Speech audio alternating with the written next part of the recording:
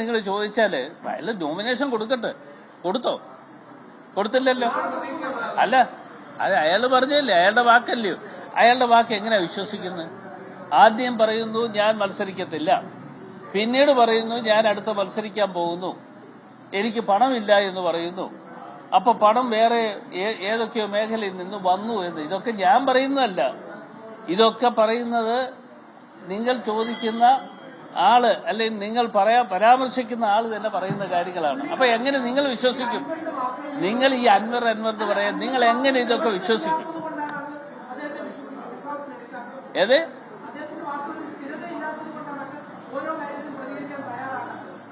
അല്ല, അങ്ങനെയാണെങ്കിൽ നിങ്ങൾ അങ്ങനെ തന്നെ അങ്ങ് റിപ്പോർട്ട് ചെയ്തു, ഒരു കുഴപ്പമില്ല.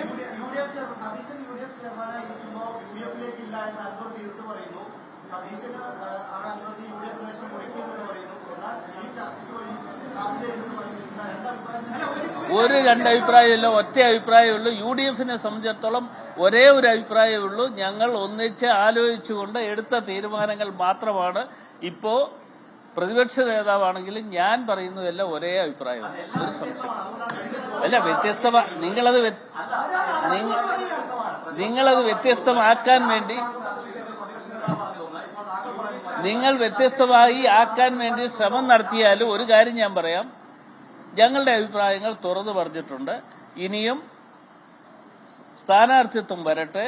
സ്ഥാനാർത്ഥിത്വം വന്നു കഴിഞ്ഞാൽ അല്ല, നിങ്ങൾ ഈ അൻവർ എന്ന് പറയാൻ വേറെ ആരും ഇല്ലേ? വേറെ എത്രയോ പേരുണ്ട്.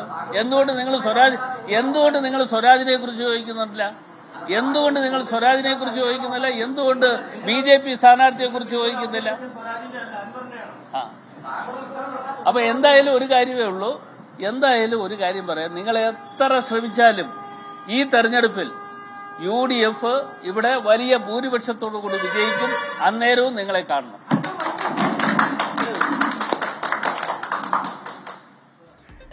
അടൂർ പ്രകാശ് UDF കൺവീനറാണ് ഇപ്പോൾ മാധ്യമങ്ങളെ കണ്ടത്. ആര്യടൻ ഷൗക്കത്ത് വലിയ ഭൂരിപക്ഷത്തിൽ ജയിക്കുമെന്ന് പറയുന്നുണ്ട്. പക്ഷെ അപ്പോഴും ഈ അൻവറിന്റെ വിഷയത്തിൽ അദ്ദേഹം പ്രകടിപ്പിക്കുന്ന അഭിപ്രായമല്ല മറുഭാഗത്ത് VD സതീശൻ പ്രകടിപ്പിക്കുന്നത്.